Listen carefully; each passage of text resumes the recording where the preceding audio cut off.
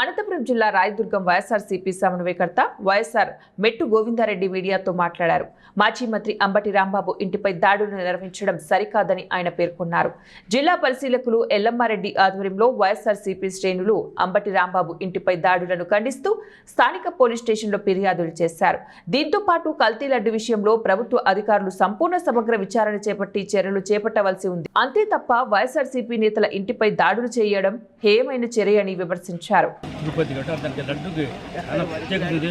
మనం లడ్డు తినాలంటే కూడా ఎవరన్నా ఇస్తే కూడా కాళ్ళకి చెప్పులు చేసి చేతులు కడుక్కొని నమస్కారం అంత దానికి పవిత్రమైన ఉంది కాబట్టి అంటే పవిత్రమైన దాన్ని డైలీ చేసేసి మన హిందూ మనోభావాల్ని దెబ్బతీసేది ఉంది కాబట్టి పోలీసులు ఏం చెప్పి కంప్లైంట్లు ఏముందంటే మీరంతా చెప్తున్నారు ఫ్లెక్సిబుల్ తీసుకోవాలి మీరు ఏం చర్యలు తీసుకునేది అంతేగాని ప్రశ్నగా ప్రశ్నించి డైలీ అది ఒక అబద్ధాన్ని 10 సార్లు చెప్తే అది జనాలన్నా కూడా హిందూ వాళ్ళు దెబ్బతీయాలండి. తిరుమల పవిత్రతని కాపాడవలసిన బాధ్యత ప్రతి హిందూ కూడా ఉంది కాబట్టి దయచేసి ఇప్పుడు విధంగా ఫ్లెక్సీలు అట్లా అటువంటి ఎక్కకుండా ఏమనంటే లీగల్గా మీరు ఏం తప్పు చేస్తే మీకు అధికారం మీ గవర్నమెంట్ అధికారంతో శిక్షించండి.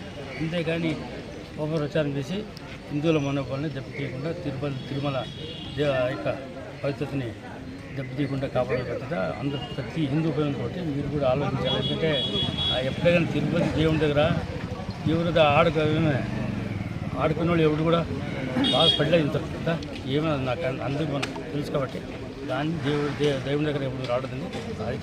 రాజకీయంగా ఎంతైనా పోరాడతాం. మేము రెడీ ఉన్నాం. రాజకీయాలు ఉండేది రాజకీయాల్లో పోరాడాల్సిన బాధ్యత కాబట్టి పవిత్రతని కాపాడదని చెప్తున్నాం. అదేవిధంగా నిన్న జరుగుతూ ఉంది ఇక్కడ అంబటి రాంబాబు కానీ జోగి రమేష్ కానీ జరుగుతుందంటే ఏం చెప్తామంటే తప్పు చేస్తారు. ముందు కూడా ఇదే ప్రాబ్లం ఉంటుంది.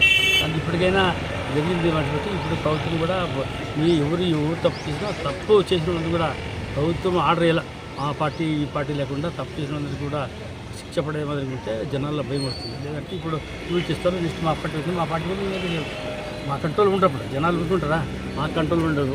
వాళ్ళ పని వాళ్ళు చేస్తారు. దానికోసం ఒకటి ఇప్పటికైనా ఉంచుకోలేదు. ఇప్పటితో ఇటువంటి దౌర్జన్యాలు కానీ అనవసరంగా రెడ్డి బుక్ రాజ్యాంగం అమలు చేసే విధానం కానీ మంచిది కాదు అని